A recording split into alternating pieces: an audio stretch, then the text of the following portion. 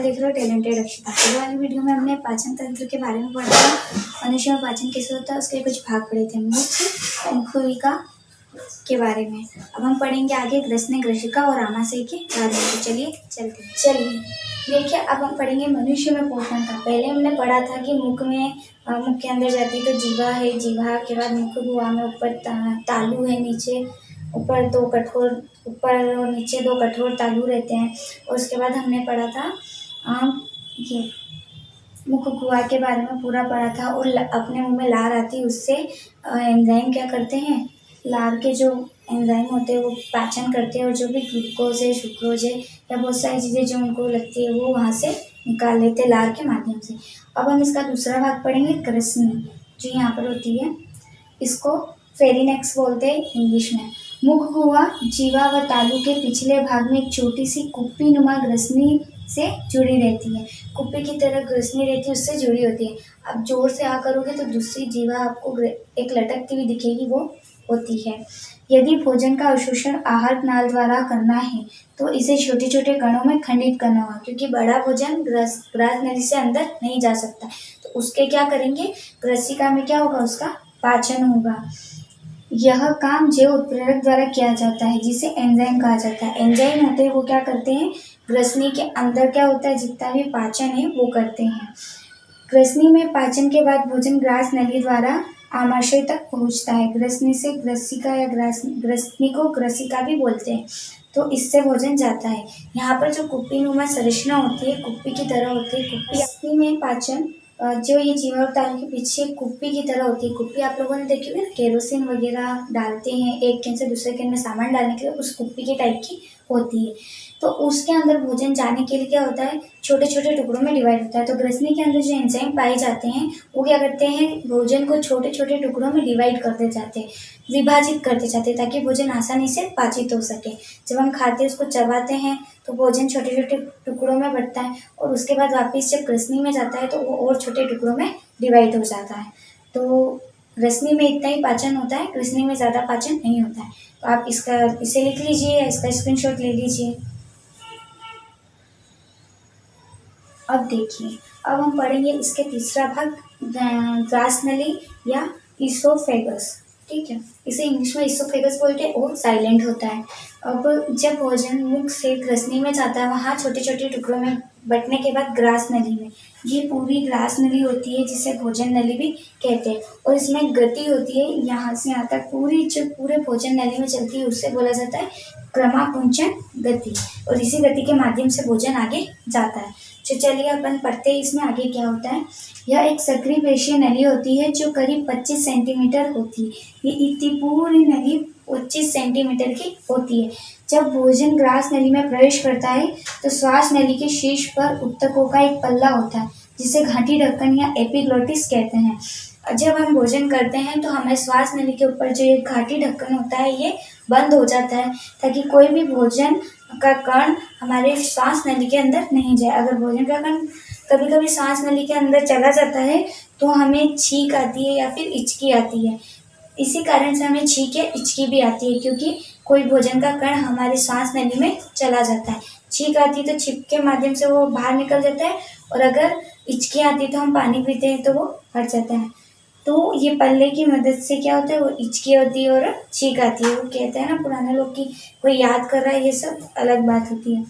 सिर्फ ग्रास नली से भोजन कभी घाटी ढक्कन अगर खुला रह जाता है तो भोजन नली से वह श्वास नली में चला जाता है। इस वजह से छींक या इचकी आती है। और ये पूछ सकते हैं कि घाटी ढक्कन किसे कहते हैं, तो भोजन ग्रास नली में प्रवेश करता है तो श्वास नली के शीर्ष पर उत्तकों का एक पल्ला होता है, जिसे घाटी ढक्कन कहते हैं। ये घाटी ढक्कन जब हम भोजन करते हैं तब बंद हो जाता है। ग्रास नली या आहार नली के हर भाग में भोजन की नियमित रूप से गति उसके सही ढंग से प्रक्रमित होने के लिए आवश्यक है। अगर गति सही ढंग से नहीं होगी तो भोजन क्या होगा, अटक जाएगा।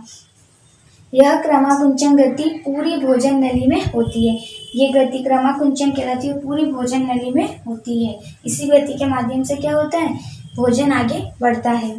मुंह से आमाशय तक भोजन ग्रसिका या इसोफेगस द्वारा ले जाया जाता है।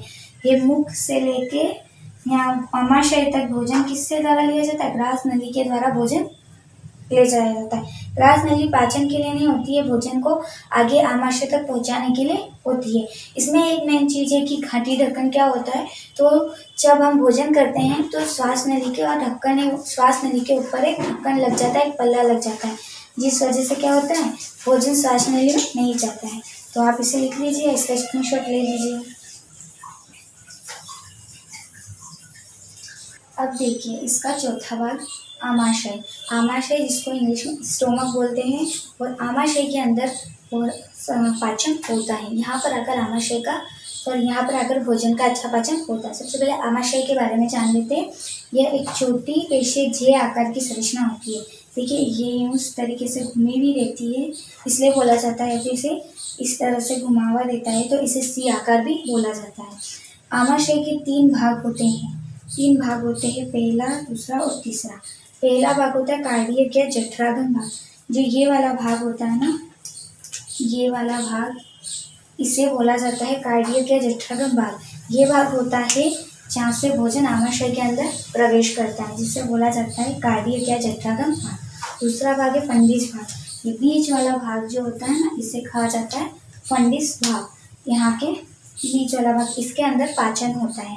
और जठर निर्गमी भाग यानी कि ये वाला भाग, इसके अंदर से भोजन कहा जाता है, छोटी आंत के अंदर जाता है। तो ये आपको समझने वाली चीज़ है। ये 3 भाग है, इन 3 के नाम पूछे जा सकते हैं। तो ये 3 याद कर लीजिएगा आप। आमाशय के 3 भाग होते हैं, कार्डियक भाग जिससे भोजन अंदर आता है, फंडिस भाग जिसमें भोजन का पाचन होता है, और तीसरा जठर निर्गमी भाग जिससे भोजन छोटी आंत में जाता है। आमाशय एक बृहद अंग है जो भोजन के आने पर फैल जाता है। जब इसमें भोजन आता है तो इसका आकार बड़ा हो जाता है। भोजन के आने के बाद ये फैल जाता है। आमाशय की पेशीय भित्ति भोजन को अन्य पाचक रसों के साथ मिश्रित करने में सहायक होती है। जो भित्ति होती है ना इसकी, ये वाली भित्ति, ये क्या करती है, भोजन में रसों को मिश्रित करती है। और इस भित्ति के ऊपर है ना एक द्रव्य पाया जाता है, एक एंजाइम पाया जाता है जिसे कहा जाता है HCl। इसको हाइड्रोक्लोरिक अम्ल भी कहा जाता है, हाइड्रोक्लोरिक एसिड। अम्ल को इंग्लिश में एसिड कहा जाता है, हाइड्रोक्लोरिक अम्ल। ये पूछा जा सकता है, इसको मैं नोट बना के आपको लिखवा दूंगी। ये एंजाइम क्या होता है, अपनी जो परत होती है ना, इसके अंदर होता है। अब HCl इतना खतरनाक होता है, एसिड के बराबर होता है। अगर ये अपने अंदर है तो अपने शरीर को क्यों कुछ नहीं हो रहा है, क्वेश्चन बनता है ना। तो वो इसलिए नहीं हो रहा है क्योंकि आमाशय के बाहर क्या होती है, एक मोटी परत होती है जो इस HCl को अपने शरीर से बाहर नहीं आने देती है। कभी कभी इस HCl की मात्रा बढ़ जाती है तो एसिडिटी भी हो जाती है, और ज़्यादा मात्रा बढ़ जाती है तो क्या होता है, हमारे शरीर से बाहर आ जाती है, यानी कि हमको वोमिट हो जाती है। कभी कभी हमको खट्टी डकारें और ये सब आती है, वो भी इसी की वजह से होती है। कि जो मोटी परत होती है वो HCl को क्या करती है, आमाशय के अंदर ही रखती है, उसे बाहर आने नहीं देती है। ये HCl क्या करता है, हमारे अंदर इसका पाचन करता है। तो पहले आप इसका स्क्रीनशॉट ले लीजिए, फिर हम आगे की बात करेंगे। देखिए आगे, अभी तक हमने पढ़ा HCl के बारे में। अब देखिए पाचन कैसे होता है। आमाशय के मध्य भाग में पाचन की क्रिया होती है। आमाशय की भित्ति में उपस्थित जठर ग्रंथियों के द्वारा संपन्न होती है। आमाशय का मध्य भाग जिसने मैंने बताया था, जिसे कहते हैं फंडिस भाग, जिसमें क्या होती है, आमाशय में पाचन होता है। इसके मध्य वाले भाग में पाचन होता है। बाकी फर्स्ट भाग और लास्ट भाग क्या होता है, एक भोजन आने का और एक भोजन छोटी आंत में जाने का। आमाशय की भित्ति पर जठर ग्रंथियां उपस्थित होती है और उन जठर ग्रंथियों से जठर रस स्त्रावित होता है। ये रस स्त्रावित होता है, इसी के साथ में ये दोनों जो एंजाइम होते हैं वो भी आते हैं। जठर ग्रंथियां यहाँ पर पाई जाती है, इस वाले भाग पर, यहाँ पर पाई जाती है जठर ग्रंथियां। ठीक है, इसको थोड़े दूसरे पेन से ले लेते हैं। यहाँ पर पाई जाती है जठर ग्रंथियां, इस भाग में। ठीक है, तो ये जो जठर रस होता है, इसी के माध्यम से क्या होता है, ये सारे निकलते हैं। और पेप्सिन एंजाइम पहले निकलता है, जो किसका पाचन करता है, प्रोटीन का पाचन करता है।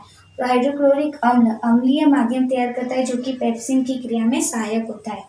सबसे पहले हाइड्रोक्लोरिक अम्ल निकलता है, जो पेप्सिन की क्रिया होती है, पेप्सिन एंजाइम की, जब प्रोटीन का पाचन होता है उसमें सहायक होता है और इन दोनों की अम्लता बढ़ जाती है तो हमें वोमिट होता है। ये HCl बहुत खतरनाक एसिड होता है जो किसी भी चीज़ को जला के रख देता है। तो अगर ये हमारे शरीर के अंदर रहता है तो किसी कारण रहता है, इस वृत्ति के कारण ही वो हमारे शरीर के बाहर नहीं आता है। अगर हमारे शरीर के बाहर आ जाएगा तो ये पूरा जल जाएगा। आमाशय के बाद भोजन छोटी आंत में जाता है और इसके बाद भोजन किस में जाता है, छोटी आंत में जाता है। इसके अंदर इतना ही पाचन होता है, ये दोनों अपना कार्य करते हैं। तो ये इतना ही है। मेन चीज़ इसमें ये है, जठर ग्रंथियों से जठर रस उत्पन्न होता है और इसी में ये पेप्सिन और हाइड्रोक्लोरिक अम्ल पाए जाते हैं। इसका एक क्वेश्चन बनेगा HCl के बारे में, तो वो मैं आपको लिखा दूंगी। और एक क्वेश्चन और बन सकता है आमाशय के भागों को समझाइए। तो आमाशय के जो 3 भाग है वो लिख देने का, और वो कहाँ कहाँ होते हैं वो मैंने आपको बताया, वो आप लिख सकते हैं। तो इसे स्क्रीनशॉट ले लीजिए या वीडियो पॉज करके लिख लीजिए। अब देखिए HCl, मैंने बताया था HCl के बारे में। HCl हमारे आमाशय के अंदर होता है। आमाशय की सतह पर एक श्लेष्मा का आवरण होता है जिससे ये अम्ल शरीर को नुकसान नहीं पहुंचाता। इस श्लेष्मा का जो आवरण होता है, ये जो आवरण होता है वो श्लेष्मा का होता है, जो भित्ति होती है वो श्लेष्मा की होती है, जिससे ये अम्ल शरीर को नुकसान नहीं पहुंचाता। इसी वजह से हमारे शरीर के अंदर कोई भी नुकसान नहीं होता है। और अगर इसकी अम्लता ज़्यादा बढ़ जाती है HCl की तो उसे एसिडिटी कहते हैं। इसके लिए अगर आप इनो पियोगे तो एसिडिटी खत्म हो जाती है, जो HCl के विरोध में काम करता है, जिससे इसकी अम्लता दूर हो जाती है और एसिडिटी खत्म हो जाती है। तो आप इसे लिख लीजिए, इसका स्क्रीनशॉट ले लीजिए। तो उम्मीद है आपको ये सारी चीज़ें समझ में आई होगी। आज के लिए बस इतना ही। हमने ग्रसनी, ग्रास नली और आमाशय के बारे में पढ़ा। आमाशय के बारे में जो भी बताया है वो आपकी बुक से बताया, और इतना ही आपके एग्जाम में पूछा जाएगा। आमाशय के लिए एक अलग से क्वेश्चन आ सकता है, तो वो आप मैंने जो कार्डियक 3 भाग बताए थे उसमें से आप पढ़ सकते हैं। तो आज के लिए बस इतना ही। उम्मीद है आपको सारी चीज़ समझ में आई होगी। Thank you. नेक्स्ट वीडियो में हम फिर मिलते हैं।